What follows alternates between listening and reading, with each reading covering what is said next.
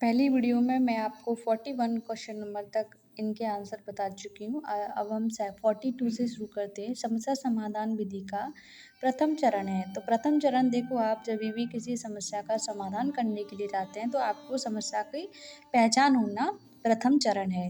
तो 42 का B question जो है, ऑप्शन जो है वो ठीक हो जाएगा। नेक्स्ट है आपका क्षेत्र भ्रमण विज्ञान में क्यों आवश्यक है। देखो, आप कहीं भी जो है फील्ड के लिए जाते हैं, आपकी टीचर कहीं भी फील्ड वर्क कराते हैं, तो उससे क्या आपका पिकनिक मनाने के लिए जाते हो आप? नहीं। स्कूल से छुट्टी के लिए जाते हो आप? नहीं। व्यायाम के लिए जाते हो? नहीं। तो वास्तविक जीवन के अनुभव प्राप्त करने के लिए आप क्षेत्र भ्रमण विज्ञान के लिए ये आवश्यक है। 44 विज्ञान में अन्वेषण विधि के दौरान शिक्षक की भूमिका होती है, तो तानाशाही होती है? बिल्कुल नहीं। निष्क्रिय दर्शन की? नहीं। मार्गदर्शन और सुगमकर्ता होती है। तो आपका 44 का सी ऑप्शन जो है वो करेक्ट हो जाएगा। 45 देखिए, दल शिक्षण का अर्थ है छात्रों को समूह बनाना है, 2 या 2 से अधिक शिक्षकों द्वारा योजना बनाना और पढ़ना, या फिर केवल गलत हो जाएगा, छात्रों को खेल सिखाना। तो आपका 45 का बी ऑप्शन जो है वो करेक्ट हो जाएगा, 2 या 2 से अधिक शिक्षकों द्वारा योजना बनाना और पढ़ना। 46 क्वेश्चन है आपका, मस्तिष्क उद्दीलन विधि का मुख्य उद्देश्य क्या विकसित करता है।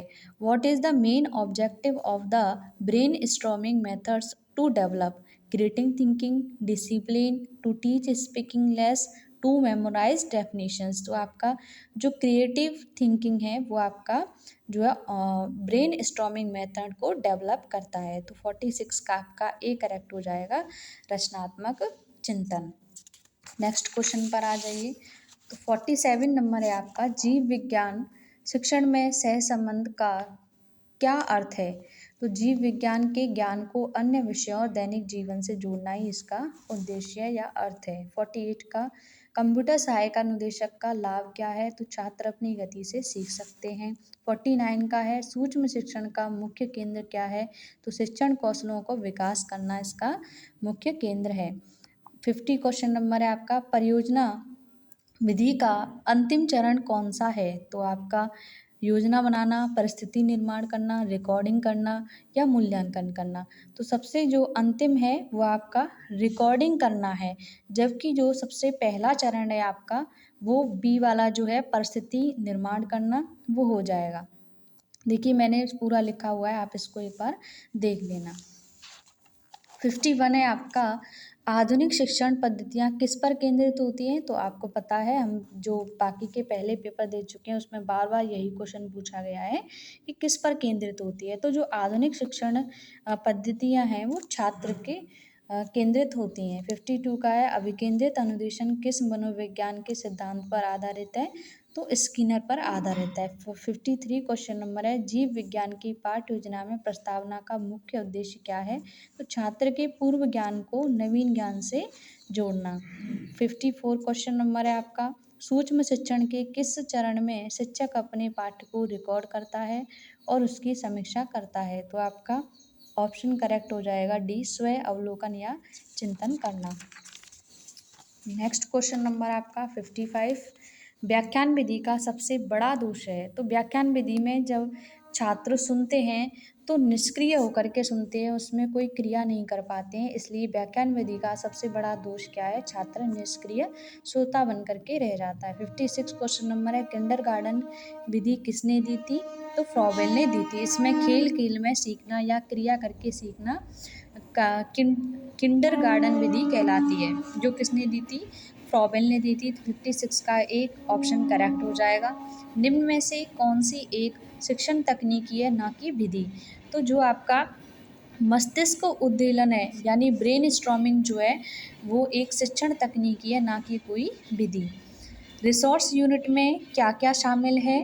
तो आपका सीखने की गतिविधियाँ, मूल्यांकन के उपकरण, शिक्षण सहायक सामग्री, ये सभी आपके रिसोर्स यूनिट में आ जाते हैं। तो ऑप्शन नंबर डी उपरोक्त सभी करेक्ट हो जाएगा।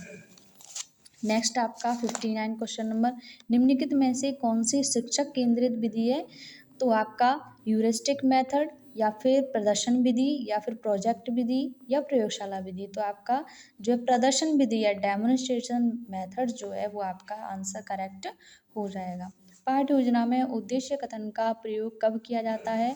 तो प्रस्तावना प्रश्नों के सफलतापूर्वक उत्तर मिलने के बाद किया जाता है। 60 का आंसर करेक्ट ऑप्शन आपका बी हो जाएगा। जीव विज्ञान शिक्षण में दृश्य श्रव्य सामग्री का क्या लाभ है?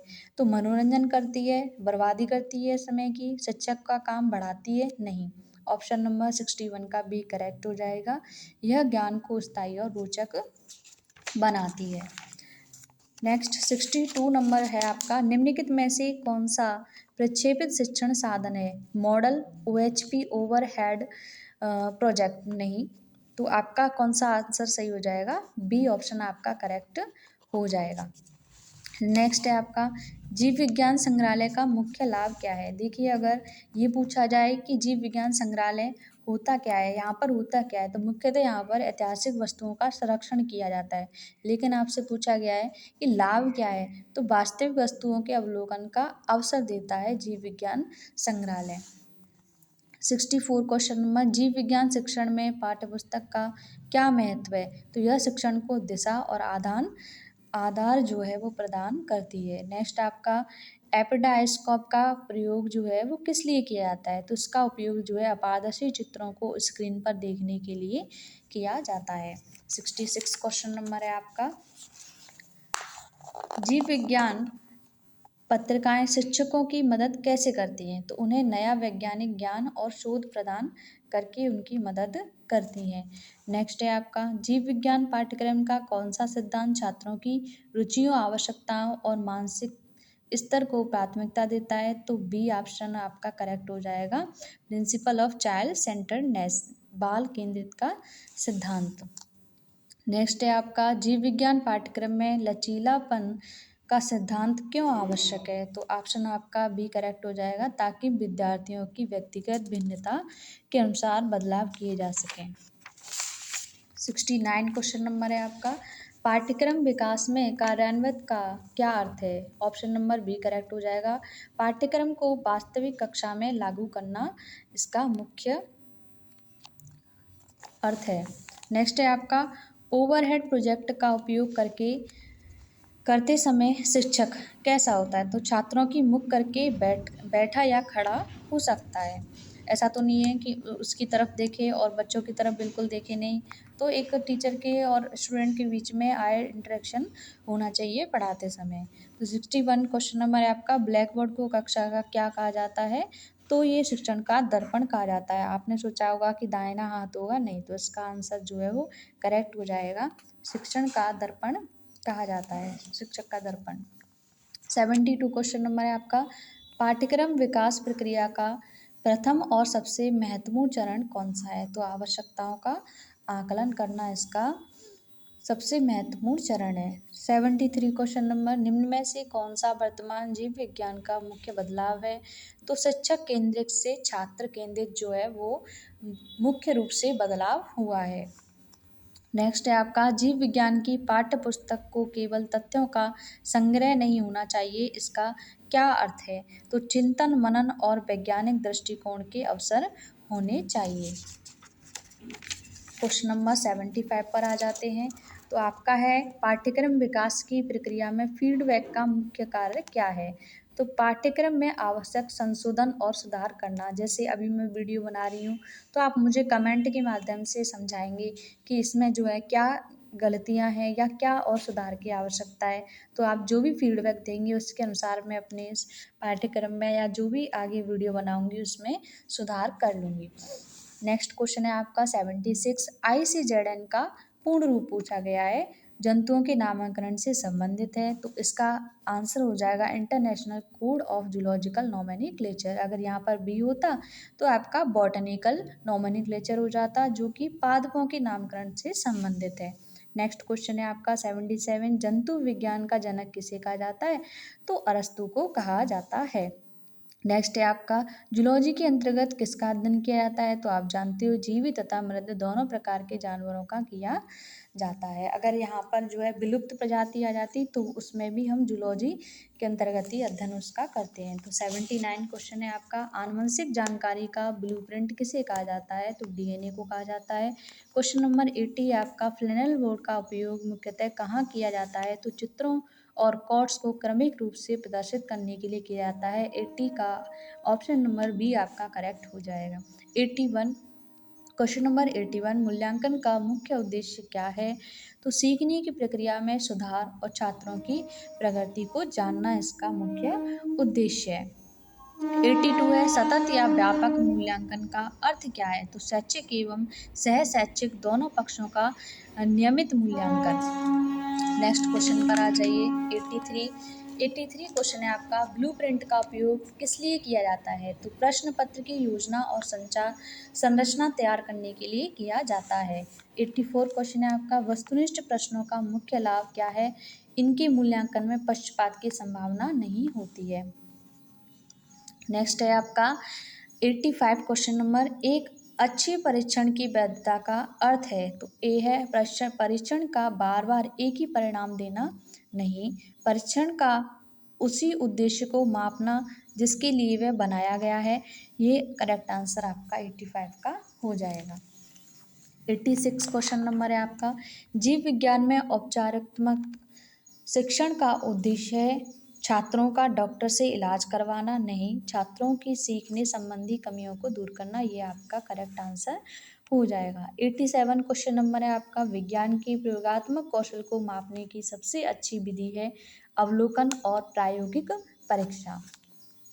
87 का बी ऑप्शन आपका करेक्ट हो जाएगा। नेक्स्ट है आपका, छात्रों के पिछड़ने संबंधी विशिष्ट कारणों को जानने के लिए कौन सा परीक्षण किया जाता है? तो निदानात्मक परीक्षण किया जाता है, डायग्नोस्टिक टेस्ट किया जाता है। फॉर्मेटिव असेसमेंट कब लिया जाता है? तो शिक्षण अधिगम प्रक्रिया के दौरान लिया जाता है, जब आप टीचिंग लर्निंग प्रोसेस होती है उसके ड्यूरिंग लिया जाता है फॉर्मेटिव असेसमेंट।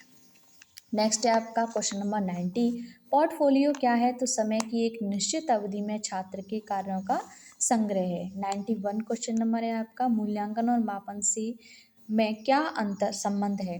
मूल्यांकन और मापन में क्या संबंध पूछा है, संबंध है। तो क्वेश्चन नंबर 91 का बी ऑप्शन करेक्ट हो जाएगा, मूल्यांकन व्यापक है जिसमें मापन शामिल है। 92 क्वेश्चन नंबर है आपका, मापन का सबसे निचला स्तर कौन सा है? तो नामित मापन जो है, जो आपका नॉमिनल मेजरमेंट है, वो मापन का सबसे निचला स्तर है। देखो अभी हम जो है इसके स्केल्स के जो क्रम है उनको भी नीचे वाले प्रश्न में देखेंगे। निम्नलिखित मापन पैमानों को सबसे सरल से विकसित के क्रम में व्यवस्थित करते हैं। तो आपका हो जाएगा यहाँ पर C option correct, B A D C. सबसे पहले आपका नाममात्र है, उसके बाद आपका क्रमिक है, उसके बाद आपका अंतराल और सबसे बाद में आपका अनुपात जो है, यहाँ पर रेशियो है, अनुपात हो जाएगा अनुपात। निम्नलिखित मापन पैमानों को सरल कौन सा है सबसे? तो बी आपका जो नाममात्र है वो सबसे सरल है, सरल से सबसे विकसित क्रम में व्यवस्थित करना था आपको।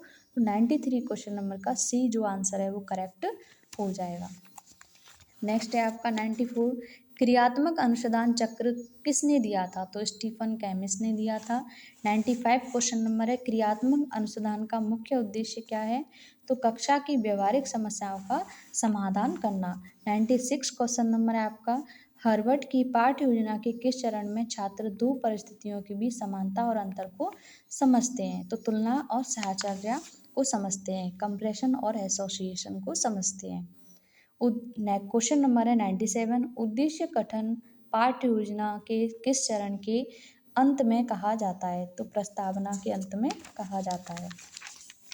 नेक्स्ट क्वेश्चन है हमारा 98, मूल्यांकन एक प्रक्रिया है, तो कैसी प्रक्रिया है? इसका आंसर आप मुझे कमेंट में करके बताएंगे। शिक्षण की प्रक्रिया में शिक्षक कौन सा चर है? आश्रित चर है या स्वतंत्र चर है, मध्यस्थ चर है या इनमें से कोई नहीं? तो इसका आंसर आप मुझे कमेंट बॉक्स में देंगे।